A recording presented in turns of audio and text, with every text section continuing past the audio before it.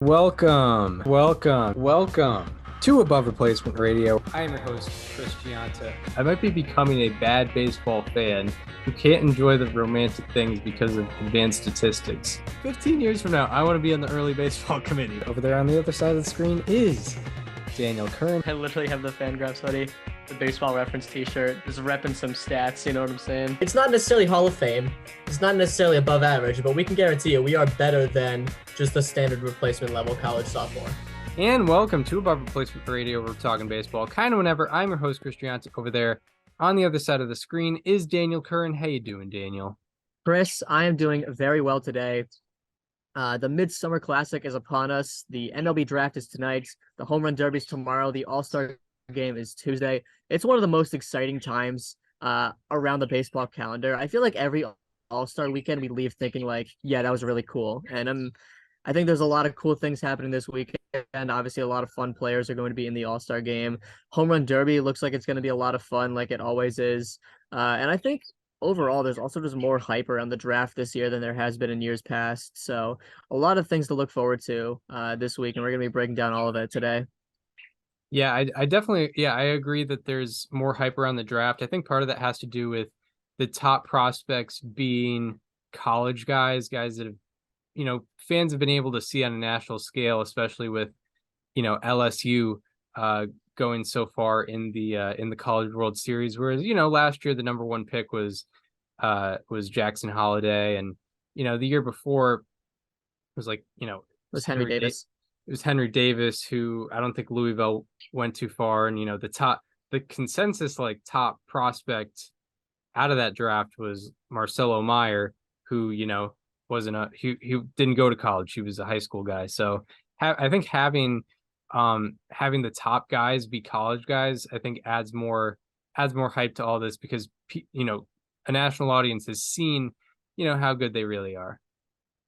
Yeah. And I mean, I think, you only mentioned the past 2 years, and I think that's the appropriate thing to do because only in that time has MLB really started to make the draft like an event. Like they hold it during All-Star weekend on the Sunday before the All-Star break. They don't schedule a Sunday night game so that people can watch it without having other games going on, which definitely adds a lot more eyes to it. And yeah, this is kind of the first time where, in that era where the draft is a public event, there's people that go to it. And the top prospects are guys that you've probably seen. People have watched Dylan Cruz, they've watched Paul Skeens, and they watched them play against guys like Wyatt Langford, who's going to be going pretty early as well. They got to watch these guys, Chase Dolan during the College World Series. Like Walter Jenkins as well. Like all these guys are names and they're fun. Yeah, it's definitely very cool. And what's also cool about college guys getting drafted higher is you're probably going to see them sooner too, as opposed to like when the Red Sox signed when the Red Sox drafted Marcelo Meyer, it was like, okay, that's really cool, it's good we got this high draft pick, we'll see in 2024, and they drafted him in 2021. There's a possibility that we see some of these guys like late next year. I would be surprised if, barring anything drastic, we see Paul Skeens like on an opening day roster next year. Right. Yeah. Of course, it depends on the organization. But it really wouldn't surprise me. I mean, right. And also, I mean, like, I think he's the name that's really being thrown out there with him specifically is Steven Strasburg. I think a lot of people are in agreement that he's the top pitching prospect since Strasburg. And, it's very possible that the organization that took Strasburg also takes Skeens. Yeah, that's pretty cool. Especially, they're obviously at similar points. They would be at similar points in their development. Similar points in their development when drafting those guys, both kind of in rebuilding phases back in 2009 and now 2023. But yeah, it's very cool to have the MLB draft have this spotlight on them, because I know like this is a big week for baseball. This is the week where baseball has the biggest spotlight on it, and really the only spotlight in sports is on the MLB. It's the biggest thing going on, at least in American sports. So it's very cool. It's very cool that the MLB draft is a part of that, and it definitely adds to the spotlight. And I think it's cool that they have that. And yeah, it's a very big thing. There's a little bit of pressure on MLB to come through when the week is, when the spotlight is on them this much.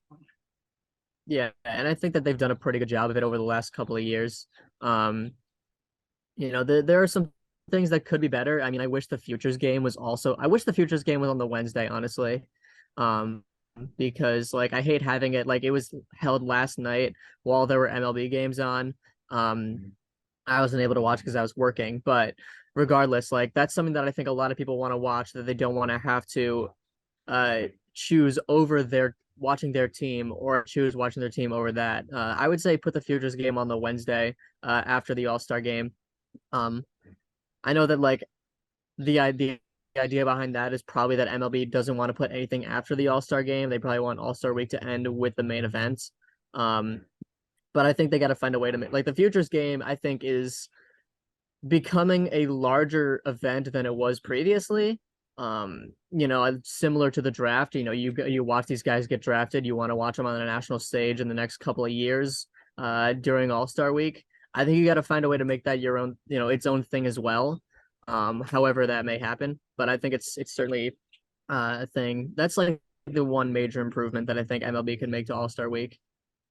Yeah, I definitely understand that, because it's not like they're scheduling the game when it is to I think it's not like they're scheduling that game to save players from not getting their time on their minor league teams, because their minor league teams are still playing in this time frame. And I think some of them have time off during All-Star week, because like I know the AAA All-Star game is this week too, which is where a lot of these guys play. So yeah, it would make a little more sense to have that futures game, maybe on a Wednesday. The AAA All-Star game is maybe a Thursday or Friday or something. I don't know how many play in both, to be honest, but I know they're around the same time. So yeah, it would be nice to have a little more of a spotlight, because yeah, I think you're right that it is getting more popular, because I think there's a lot of tremendous athletes. I know there was that one pitcher, I forget who it was, but I mean his stuff looked amazing. He had he was throwing 101, had this like 86 mile per hour I know who you're talking curveball. about. And I think I MLB think it was the posted Marlins it. guy. I want to say it was a Marlins guy, but I know who you're talking about.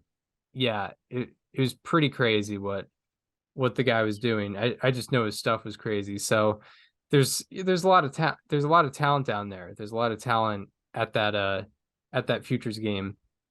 And also it's a cool thing for fans of rebuilding teams to, and even like the Red Sox aren't a rebuilding team necessarily, but like having a guy being like Marcelo Meyer being like, okay, like this is our guy. He might be coming up next year. I kind of want to see him on this national spotlight. Yeah, I'm just looking up this picture, by the way. It was okay. I mixed it up. It was Brewers. Yeah, no, the Brewers college, or Brewers guy, Jacob Mizorowski. He real quick just he's in high A ball right now. He has a 1.83 ERA and 19.2 innings pitched, 11 strikeouts per nine. Overall this year he has 13.6 strikeouts per nine, and he's 21 years old. So, yeah, he was the guy that really stood out last night, like in terms of like Twitter highlights. Yeah. Yeah, that's the guy you were talking about, Brewers prospect. Yep, absolutely. So, yeah, all in all, it's going to be an exciting week. I guess, yeah, it's sort of already begun with the Futures League, or not the Futures League. That's a that's a third tier. It's like summer collegiate league. Third tier collegiate league. The Futures game, kind of already started with that, but anyway, we will kind of get into the home run derby, what we expect out of that. It's going to be a cool event. A lot of new faces, which is pretty cool. One particular guy hasn't done it before, who's, got a very high profile on him. So in the 1 seed, you have Luis Robert. Shockingly enough, yeah, he's the leader in home runs out of this group. You have Luis Robert. At the 2 seed, you have Pete Alonso. 3 seed, Mookie Betts, who is probably the highest profile guy who hasn't done it yet. 4 seed, Adolis Garcia. 5 seed is Randy Arozarena. 6 seed, Vladimir Guerrero Jr. 7 seed is Julio Rodriguez in his home park at T-Mobile Park. And the 8 seed is Adley Rutschman. What are you thinking about this? What do you think? What are your overall thoughts on this group this year? I think it's a solid group. I don't think, you don't look at anyone and be like, okay, why are they there? Which you don't really do that in the home run derby anyway to begin with. But, there's not a single person that I'm not looking forward to seeing hit. A lot of these guys are doing it for the first time. A lot of returners, like Vlad's doing it for the first time since, he put on that famous show in 2019 in Cleveland. Obviously, Pete Alonso's doing it again because he's kind of become a staple to the events. Adley is a Pacific Northwest native, so I mean, I think him coming back is a pretty cool storyline. And one underrated thing, I think I love the matchup in the first round of Adolis Garcia versus Randy Arozarena. I think it's the most evenly matched matchup you could have ever dreamed of. Because if you look at their batted ball profiles, specifically with home run related stuff, they are virtually the same hitter. Just pulling up numbers real quick. In 2022, they are separated in an average exit velocity by 0.4 miles per hour. They are separated in barrel rate by about 1.5%. They're separated in hard hit rate by nothing. They have literally identical hard hit rates this season. Their max exit velo is separated by less than 1 mile per hour. This is as evenly matched as you can get. And not only that, but they play the same position. They have very similar builds. They have very similar skill sets. They both originally came from the Cardinals organization. They have so much in common. And I think it's going to be very cool to watch them face off in the first round. And I think it's the perfect 4 or 5 matchup. Yeah, I definitely agree. Randy Arozarena, I think, has more namesake because of what he was able to do in the 2020 playoffs. But I mean, Adolis Garcia has really developed this year, especially in terms of hitting. He's had a rise in exit velocity and barrel rate and whatnot, which is really cool. A big part of the reason why the Rangers are in first place. But yeah, the pool is very cool. And along with that, looking up stuff for this particular home run derby, we're ARR, so we kind of look at things a little bit more analytically, but all in all, this stuff is usually by chance. But what's really cool about the StatCast exit velocity, and barrel rate leaderboards that they have automatically for you is they also have average exit velocity on fly balls and line drives. So it's cool to look at that stuff. And I think Arozarena and Garcia are also virtually the same on that as well. But yeah, that's going to be a good matchup. So what's kind of should we get into a prediction of this event? Absolutely. I don't know if you saw, but I already did mine on Twitter, but I will repeat them here. Yep, absolutely. All right, you want to go first? Sure. What I will say on this is I really have no faith at all in any of these picks because it's as much as I can dive deep, as much as I can go on Baseball Savant, none of that stuff really ends up mattering. A lot of this stuff is kind of weird. Objectively, you look at it 2 years ago, Joey Gallo should have hit way more than I think the 12 home runs that he hit or whatever. He just didn't perform, even though the home run derby was essentially built for him. There's just some weird stuff that goes on. So I don't really have any faith in any of these picks, but I'll try to justify them as much as I can. But yeah, that first round, it's Luis Robert versus Adley Rutschman. I know there's a bad stigma with the 1 seed. I think you might be able to get more into that. There's a bad stigma with the 1 seed in the home run derby. But I'm going to pick Luis Robert to break that streak this year. I think what alarmed me about Rutschman was I think he has like a below average average exit velocity this year. Luis Robert has a great barrel rate. I think it's 15%, or somewhere around 15% this year. He also pulls a lot of fly balls according to his Savant page, or pulls a lot of balls in general, which is going to do you well in a home run derby, because I think about 2/3 of barrels that are pulled go out as home runs, but only like 1/3 of opposite field and straightaway barrels end up home runs. Just some weird research I did a while ago. But yeah, I'm going with Luis Robert there. And then 2 versus 7 is what, Pete Alonso versus Julio Rodriguez.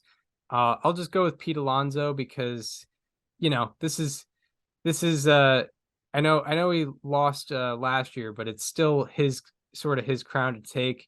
Juan Soto isn't there this year, and I think Pete Alonso is going to come back and he's going to have a good performance.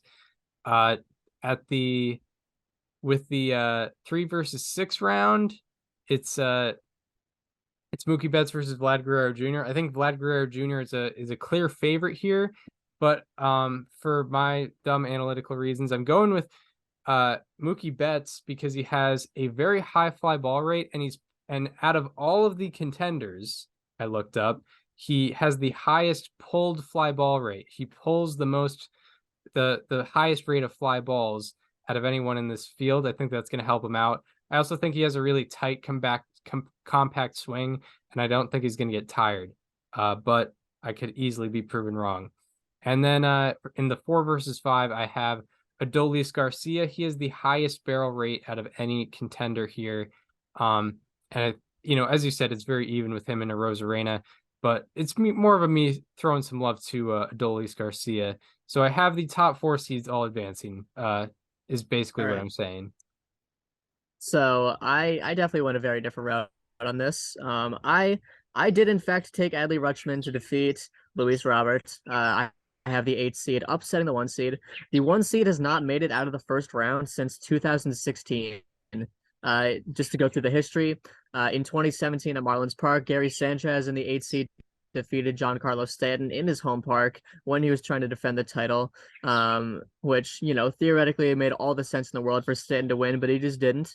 In 2018, Rhys Hoskins at Nationals Park took down the 1 seed Jesus Aguilar. Aguilar was on like an absolute tear in June and July of that year, and he was literally coming off like the hottest stretch. And a lot of people were kind of going recency bias on that pick to put him in the 1 seed. Obviously, he had the most home runs in the group, so it made sense. But ultimately, Rhys Hoskins did take him down.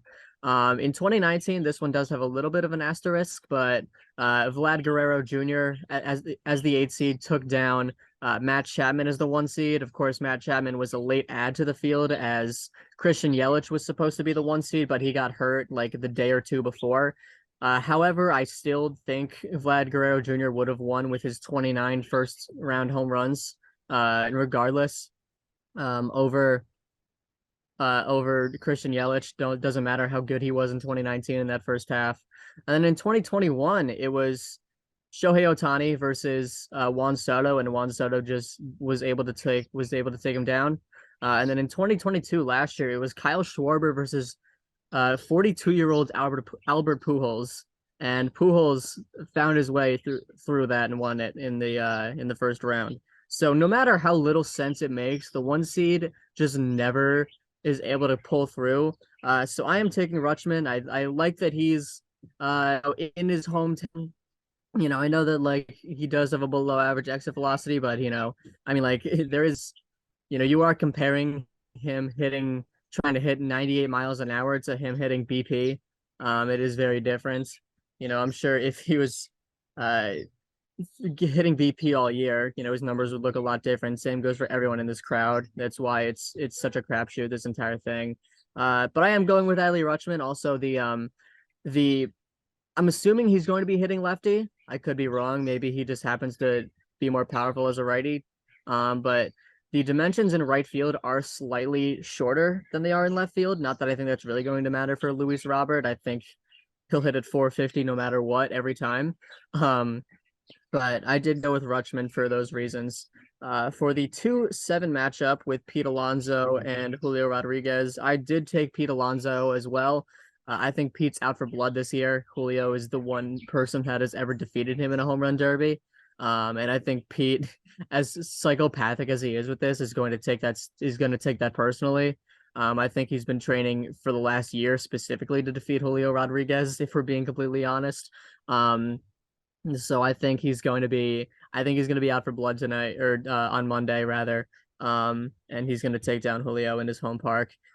In the 3-6 matchup with Mookie Betts and Vlad Guerrero Jr., I selfishly took Vlad. I mean, I think, we saw what he did in 2019, and he's unfortunately kind of the same hitter now that he was then. I know he is hitting less ground balls, but I mean, his weighted runs created plus is relatively the same.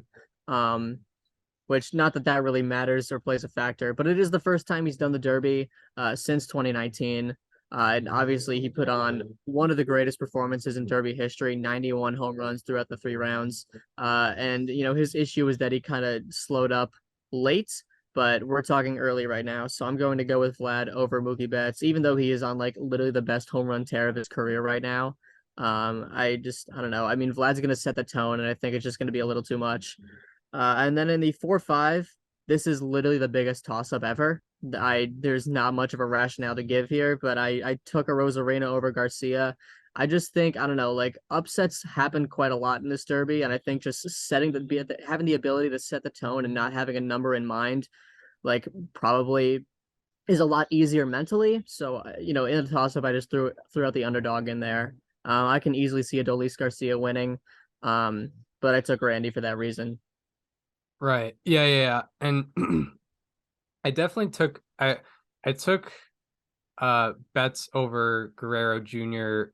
a lot because just to be different, not even necessarily being. Oh, I could totally see. I agree with you in that I have no faith in any of these picks except for maybe Pete Alonso.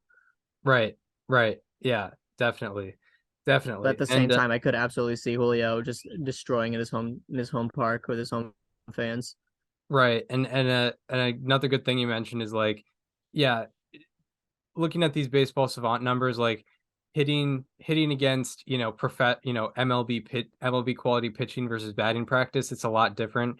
I can look at all these guys fly ball and line drive rates all I want, but at the end of the day, their fly ball rate in the home run derby is going to be at least 80%.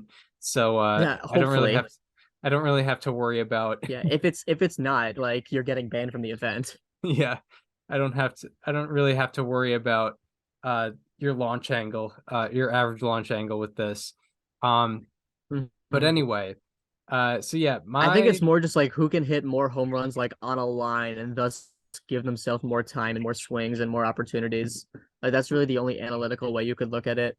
Yeah. Like, yeah, if you have like if Luis Roberts hitting 19-degree missiles into the crowd every time, there's going to be less time between pitches. Not that they really care about the time between pitches anyway, because the rule is supposed to be the ball has to land. But as you'll see, there is absolutely no policing of that, and no one follows the rule. Yeah, not at all. Which is fine by me. Yeah. I'm good. I'm all good with that. But yeah. So I have the top 4 seeds advancing, which on paper looks kind of lame, but considering the names that would be beaten hypothetically, it's not really there are some underdogs being taken.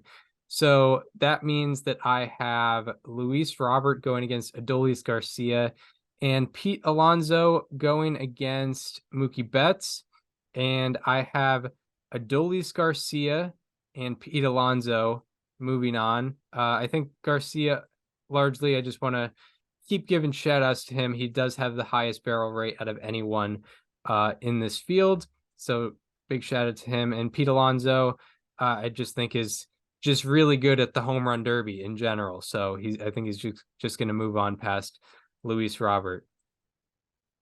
Sure. So in the second round, I have Randy Arozarena taking on Adley Rutschman, and then I have Vladimir Guerrero Jr. taking on Pete Alonso. I have Arozarena and Guerrero moving on to the next round in the finale. finale. And I took a Rosarena just because, I feel very confident in just I don't know. I could see him just being that guy that puts on a show because he does it in the postseason. He does it in the regular season at times. And I feel like this is the kind of stage that was just made for him. Um, I don't really have much of an explanation to that other than simply that. And then Vlad versus Pete Alonso, that's obviously a rematch of the 2019 finals. I like this matchup more for Vlad in the second round than I do in the third round. If you remember his second round in 2019, it was the iconic Jock Peterson matchup where he went to they tied and they went to like three swing offs. And Vlad was just completely gassed by the end of it. I like and people forget he hit like 30 home runs in that second round too. And then Jock Peterson happened to tie it. So I like Vlad much better in the second round than I do in the third round, specifically against Pete Alonso. So I have an AL East matchup, everyone's favorite AL East matchup, Blue Jays versus Rays in the finals. Right. Yeah, absolutely. Absolutely. So my final is Adolis Garcia versus Pete Alonso. It's Rangers Mets. It's the battle of Nolan Ryan and among others. Don't want to give away any grid possibilities that I might use. Just in case anyone needs to happen to remember a Rangers and Met at some point. I don't know why anyone would need to do that. Right. It's it's so funny. This is off track, but with the immaculate grid, it's so funny being like, well, I might need to know if this Orioles player got 50 stolen bases that one year. I will like randomly be on a player's page, like just because I'm looking at them like I normally would before the Immaculate Grid era, and then I'll be like, wait a minute, what teams did they play for? And did they ever have a 300 average or 20 wins or Yeah. 40 saves? Like just in case. Yeah, absolutely. Absolutely. But yeah, going back to the home run In case I derby. ever need to know. Right. Yeah. Going back to the home run derby, Adolis Garcia and Pete Alonso. I'm picking Adolis Garcia for the sole reason of being different. There's not really any reason to do that. I just think, just shout out to him for having the highest barrel rate out of this great crew of guys. And the highest barrel Yeah. rate as of yesterday. I'm not sure if that as of Friday, as of the end of Friday. As I'm I mean, speaking it's this, what that could just 16.2%. it's up there. It's up there for sure.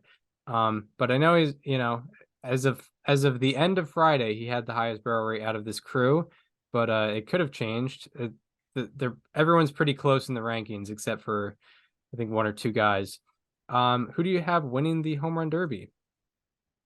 I do have Vlad Guerrero taking it this year. I think it would be very cool to see him winning it years after his dad won it. With 3 home runs in the finals. Side note, the home run derby has gotten so much better in the like clock era. Some would say just like Major League Baseball in general. But Yeah. I mean, listen, you can have your opinions on the pitch clock, but I think we can all agree the home run derby timer has made the event a million times better.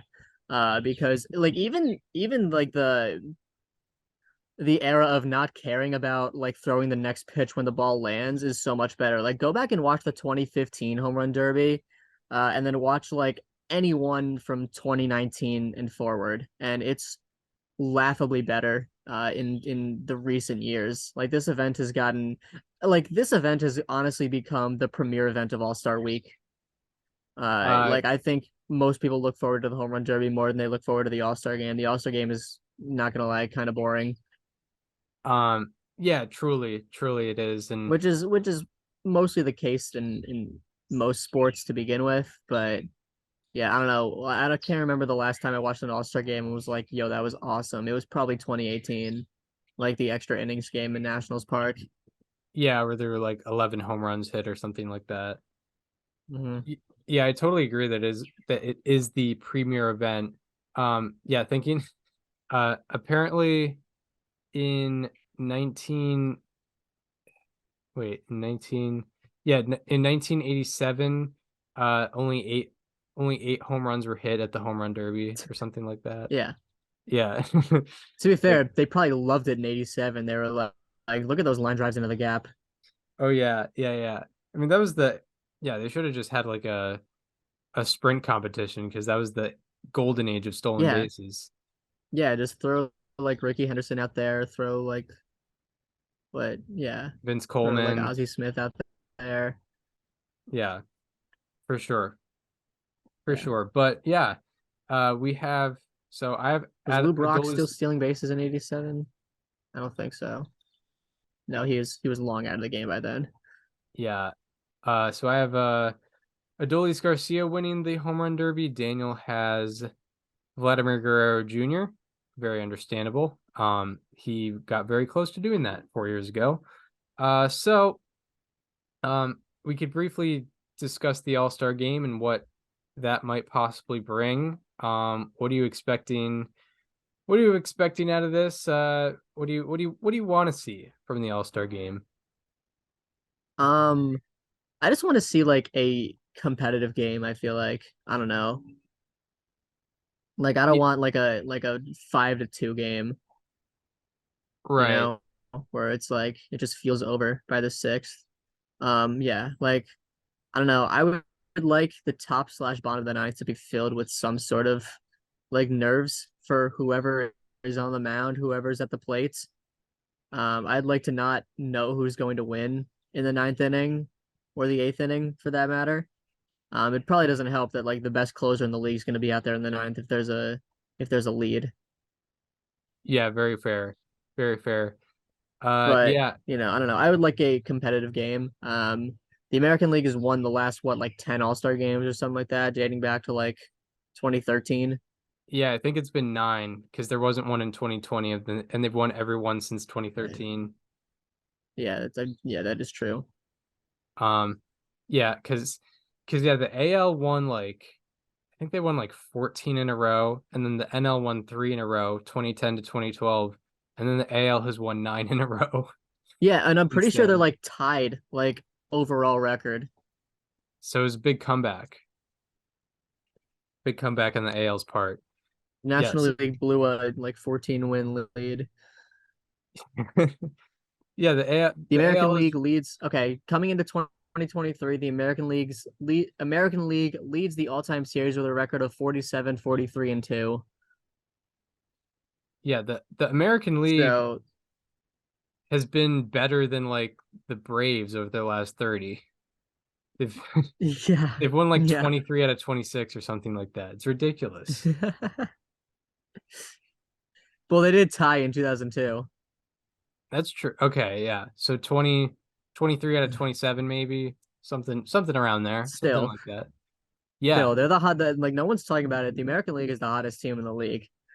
Yeah. Yeah, All exactly. this talk about like the Braves, all this talk about the Rays throughout the season, the Rangers, the Orioles. It's like no one's talking about the American League actually. Yeah, they pose the biggest threat. And I mean, you look at their roster. I mean, wait till like you look at their roster, it's full of all-stars. It's Yeah, I mean it's it's an all-star team. yeah. It's basically like you're putting an all-star team on the field. Um so so yeah, I Dude, mean for Al Spalding is rolling in his grave right now. oh yeah, Just seeing this. 100%, 100%. Um The guy who invented the National League is so pissed. yeah, no doubt about it. No doubt about it. Like yeah, I mean Ban Johnson is just up and down in his grave. He's pumped. Yeah.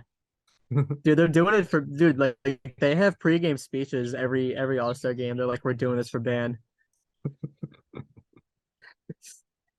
We're doing it for him. You know that video from I think it was Jeter's last All-Star game when Joe Buck was like in the clubhouse and all the players were like, what is this guy doing here? And Derek Jeter kicked him out.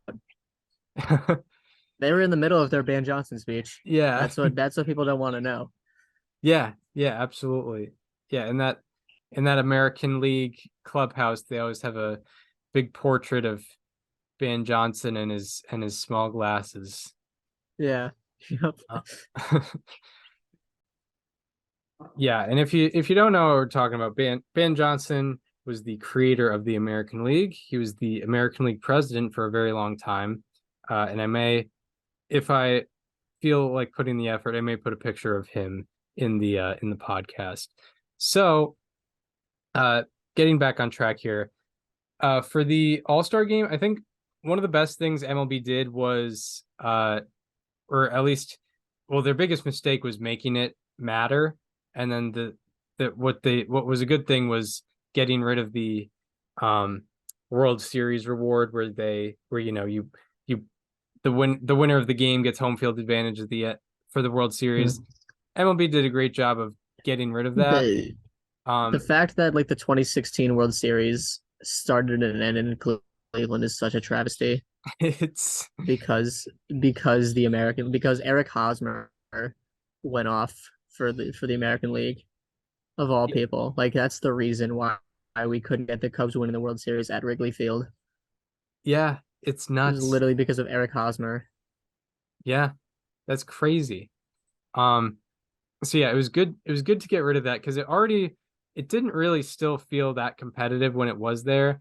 And now at least you get to have an excuse to have everybody mic'd up and everything and really make it sort of a very interactive experience for the fans. So that makes me have sort of a little bit of a wish list uh for who I want on microphone. There's three guys I'm thinking of right now.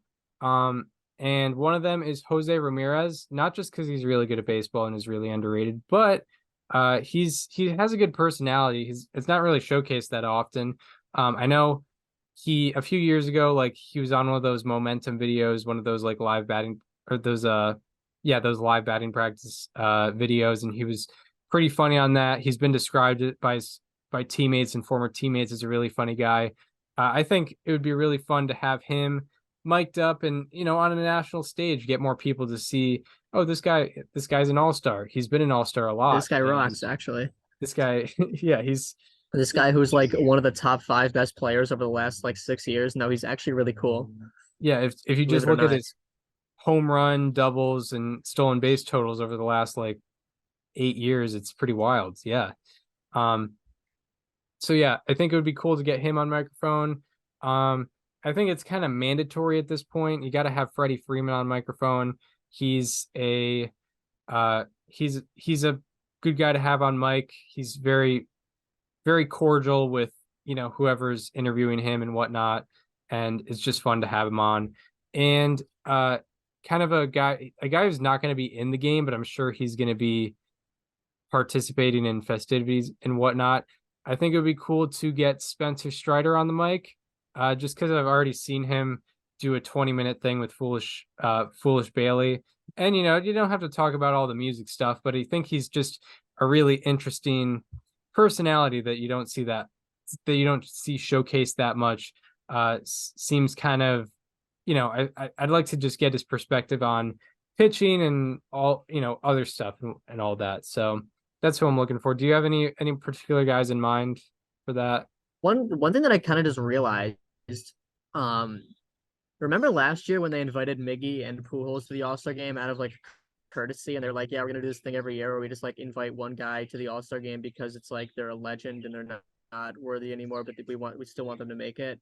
Yeah, Did they just like completely ditch that year? I guess. Yeah, Miggy's not. Like they like if they were doing it again, Miguel Cabrera would be back here because this is his last year. Anyway, enough about that. If I'm picking a few guys to mic up, um, I mean I think Mookie Betts has to be one of them. He's quickly becoming MLB like one of MLB's most marketable players. I mean he already was before, but now I know he's definitely been expressing himself a lot more. On a public level, especially since he got to the Dodgers. Like he has a show on Bleacher Report now that he does. Um, he's been very involved with like various causes throughout MLB. So I think Mookie Betts is a pretty obvious one. I do want to mic up a pitcher of any sort. Um, so I mean, I feel like the best pitcher to mic up. Let's see, who do we got here? Who do we got? I mean, Spencer Strider is a great one. Marcus Stroman's also probably a decent one. Although is he pitching? Was he replaced on the roster? Yeah, I Because I think on the he MLB thing, pitched. there's an asterisk next to him, which I think means he's out. Yeah, he probably. I think he pitched recently. I know he's a personality. Another one, if not him, could be honestly, I would love to hear from. This is an unpopular take. This is just a guy that I would love to hear from because we're both big fans of him, and I'm very happy that he's an all-star. But I want to hear Alex Cobb on the mic. Yeah, yeah, for Be like, sure. guys, watch this ground ball right here. And then I love the idea of miking up a catcher because I know that's something that they've done recently. So get Adley on there. They did some mic'd up content with Adley Rutschman this offseason during his workouts, and he was awesome. He was doing "I think you should leave" quotes, which is, the key to my heart. So I mean, put Adley on the mic, put Alex Cobb on the mic, and then throw Mookie on the mic as well. And I think that's the dream team right there. But Strider, I also definitely agree with. Yeah, yeah, that's a combo. And I think, yeah, I mean, there's 9 innings. They'll probably end up making up, I don't know, maybe 8, maybe on a high end 10 guys. 'Cause sometimes they mic up multiple guys at the same time. Yeah, I remember. Yeah, it was last year when they did Nestor Cortez and Jose Trevino. Yeah, and they That also did was Alek Manoah like while he was pitching. Yeah, that was awesome. Mhm. So yeah, that's the type of stuff I look forward to. The game quality is whatever, but that mic'd up stuff is always gonna be entertaining. So yeah, you gotta look out for all that. So yeah, that's the All-Star game. Mookie Betts is definitely a good one. That's even when he was with the Red Sox, he was a good mic'd up option. If you remember from that spring training game. Yeah, I ain't getting this one, boys. Yeah, back in 2019. But yeah. All right, that should lead into players to highlight, where we will start off by talking about players that are kind of exceeding expectations with our Sunday, July 9, 2023 edition of How About That? He's striking out less, walking more, and he's also making better contact. Turning into a strikeout machine just out of nowhere. He's been excellent all around this year. He is getting a How about that? So for my how about that, I thought I was crossing a team off the list, but apparently we're not. But I don't remember who else we did from this team. Not that it matters, but I'm talking about Ha-Sung Kim from the San Diego Padres as my how about that today. Going back to June 15th, he is slashing 324, 400, 568 for a 968 OPS and a 164 weighted runs created plus. His 1.3 FWAR in that span is tied for the 7th highest among all position players. So he's been objectively a top 10 player over the last close to a month now. Before this span, his strikeout rate was 24.1% on the season, and in this span, he's dropped it down to 18.8%. So he's striking out about 5.5% less, which has been tremendous for him. His batted ball profile has remained relatively the same. His line drive rates and fly ball rates are up a little bit, but not a significant amount. But the key to his success is that he's been hitting the ball harder on the most important kinds of contact. So, for example, his average exit velocity on fly balls has gone from 88.5 miles per hour to 94 miles per hour. And his average exit velocity on line drives has gone from 91.8 miles per hour to 96.6 miles per hour. So he's hitting the ball harder on fly balls and line drives. And as a result, his slugging percentage on these batted balls has gone from 778 before the span to 1129 in this span. So he's hitting the ball harder when it matters. And obviously it's been paying off for him. Additionally, before this span, 17.1% of his batted balls were above 40 feet, which is usually never a hit no matter who you are. And in this span, he has cut it down to just 10.2%. So he's hitting the ball way up in the air, 7% less. His hard hit rate has gone from 23.3% before the span to 42.4% in this span. His sweet spot rate has gone from 33.6% to 44.1%, and his barrel rate has gone from 4.1% to 10.2%. He had 6 barrels in his first 232 plate appearances this season, and he has doubled that in his last 85 plate appearances. On top of this, he's also been an elite defender. He is tied for second in outs above average in both June and July, and he's also a solid base runner with .7 BSR in the span. That means he's been above average.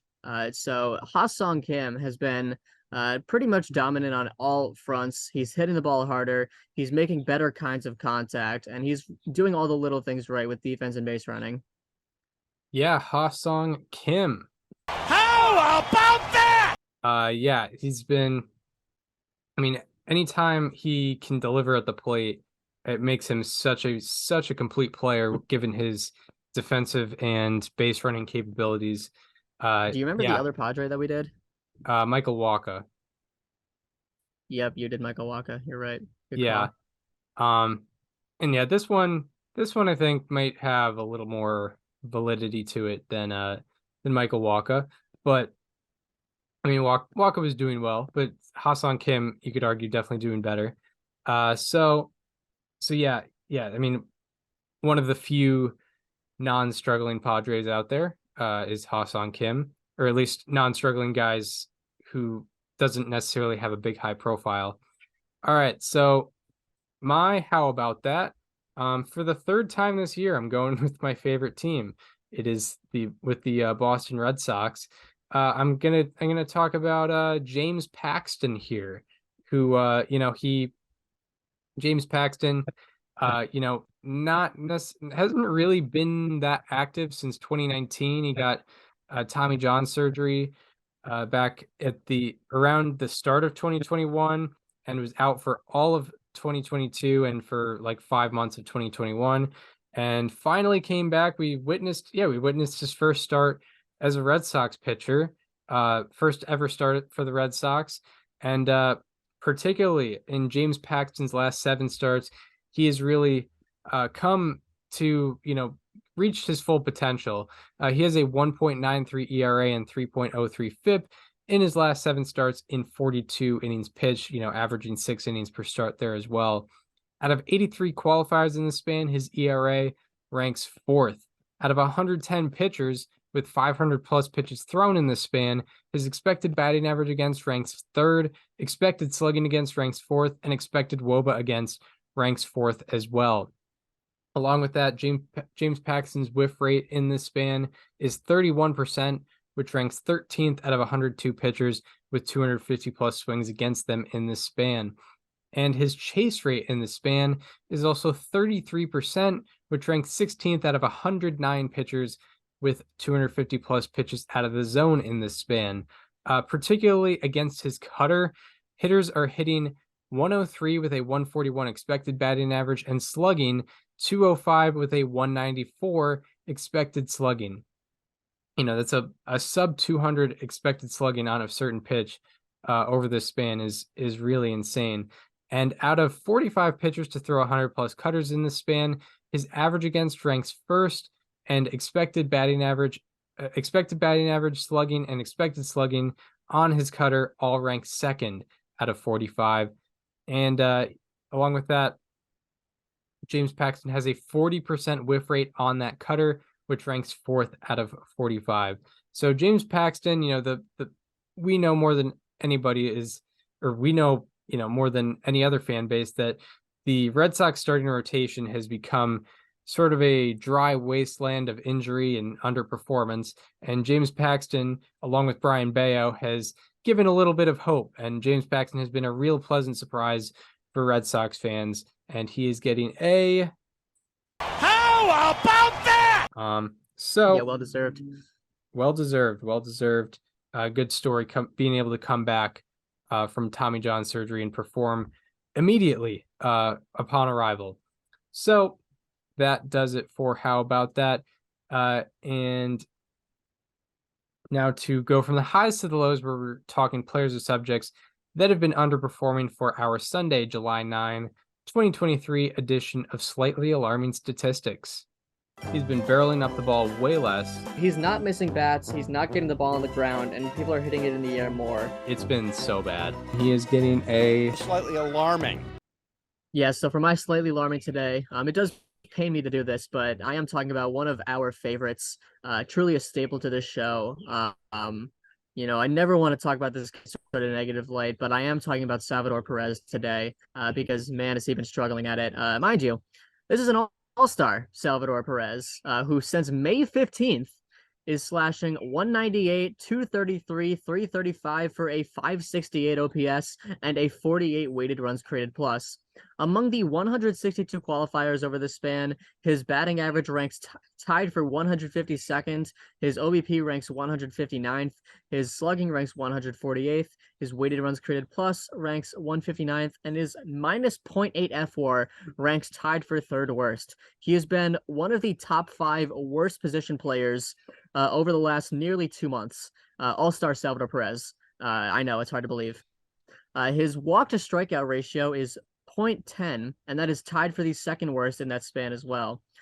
His hard hit rate on fly balls has gone from 60% before this span to just 38.7% in this span. Because of this, his slugging percentage on fly balls has fallen from 1070 before the span to 800 in this span. His ground ball rate has also gone from 30.4% to 37.9%, and his pop-up rate has gone from 6.1% to 10.3%. Before this span, 19.1% of his batted balls were 0 degrees or lower, and in this span, that number is up to 29.3%. He's also struggled to make contact more than usual in this span. He's usually a guy that has a high strikeout rate, but it's been particularly bad over the last 2 months. He has swung and missed at 29.9% of all fastballs that he has swung at in this span. That is the 4th highest rate among the 67 hitters with at least 200 swings against fastballs. Again, he's whiffed at 30% of his swings on fastballs, which is the 4th highest. He has also whiffed at 45% of breaking balls, the 7th highest whiff rate among the 100 hitters with 100 swings against breaking balls. Before this span, he only had a 21.4% whiff rate against fastballs and a 33.9% whiff rate against breaking balls. Salvador Perez, overall this season, because of this slump, is just barely above replacements. He has 0.1 baseball reference wins above replacements, and his Fangraphs wins above replacement is not much better. Like I mentioned, negative 0.8 in this span, which has been just devastating. And on this season, it's down to just, I'm looking this up right now as we speak, and Fangraphs is not loading. But his F4 is 0.1 as well. His weighted runs created plus is 91. There's been a lot of talk about Michael Lorenzen and him being an undeserving all-star. I'd argue he's not the most undeserving all-star in his division. All-star Salvador Perez is getting a slightly alarming from me today. Yeah, Salvador Perez. Slightly alarming. Yeah, I mean it's tough. It's tough to talk bad about a player you admire so much and you think so highly of. And by the way, going away from the bit, we don't really have anything against Salvador Perez personally. We just think he's massively overrated this goes back to 2021 when people were saying he was Yadier Molina behind the dish and freaking like Mike Piazza at the plate, which is completely untrue in both respects. But yeah, it's a shame to talk about. Untrue on defense. It's very untrue on defense, absolutely, and it's a shame to talk about someone you usually speak so highly of, and that's why it's a shame that we have to double up on him and talk badly about him again. Salvador Perez, you put it down to May 15th. I put it down to around mid-June. So it's about half the span. The numbers are worse than the span, unfortunately, because it is it's a smaller sample size. Salvador Perez in his last 20 games is hitting 149 with a 402 OPS and a 9 weighted runs created plus. Out of 180 qualifiers in this span, his average ranks 3rd lowest, on-base percentage ranks 5th lowest, slugging ranks 2nd lowest, and OPS and weighted runs created plus both rank 2nd lowest as well. Out of 147 and also the expected numbers are down. Out of 147 hitters with 300 plus pitches seen in this span, his expected batting average ranks 4th lowest, expected slugging ranks 5th lowest, and expected WOBA also ranks 4th lowest out of 147. His strikeout rate has gone from 22% before the span to 34% in this span. And out of 180 qualifiers, his strikeout rate ranks 13th highest. And his whiff rate overall has gone from 29% to 38% in this span. And out of 132 hitters with 150 plus swings in the span, his whiff rate is 5th highest. One thing you mentioned was hitting poorly against fastballs, particularly four-seam fastballs in this 20-game span. He is slugging 158 on four-seam fastballs in the span, and his whiff rate on them has gone from 28% before to 41% in this span. And out of 305 hitters with 25 plus swings against four-seamers in this span, his whiff rate against four-seamers is 9th highest out of over 300. Also, his average exit velocity has gone from 90.8 miles per hour to 88.6 miles per hour, and his sweet spot rate has gone from 42% to 30%. Along with that, before this span, Salvador Perez hit 70% of his batted balls from 0 to 49 degrees. That's essentially like not a super choppery, it's not a super choppery ground ball, and it's not a pop-up. That's 0 to 49 degrees. Perez was 70% in that range before the span.